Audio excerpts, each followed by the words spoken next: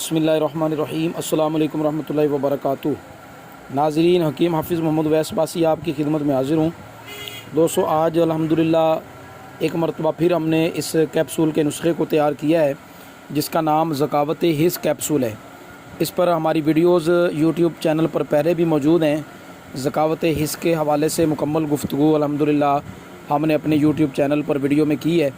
तो वो हज़रात जिनका कच्चा पानी का इखराज हो जाता है, कुछ सोचने पर, कुछ बात करने से, फ़ोन पर बात करने से या कुछ गलत देखने की वजह से चलते फिरते ही उनका पानी का इखराज होना शुरू हो जाता है, कच्चा मादा निकलना शुरू हो जाता है, उनके लिए ये कैप्सूल बड़े बेहतरीन है। और अल्हम्दुलिल्लाह ये हमारे मुजर्रब में, हमारे दवाखाने का ये नुस्खा है और हमारा मुजर्रब नुस्खा कई मरीज़ों पे अल्हम्दुलिल्लाह हम ये इस्तेमाल करवा चुके हैं और इसका रिज़ल्ट ले चुके हैं। अल्हम्दुलिल्लाह कई मरीज़ जो हैं वो इसको इस्तेमाल करके सेहतयाब हो चुके हैं।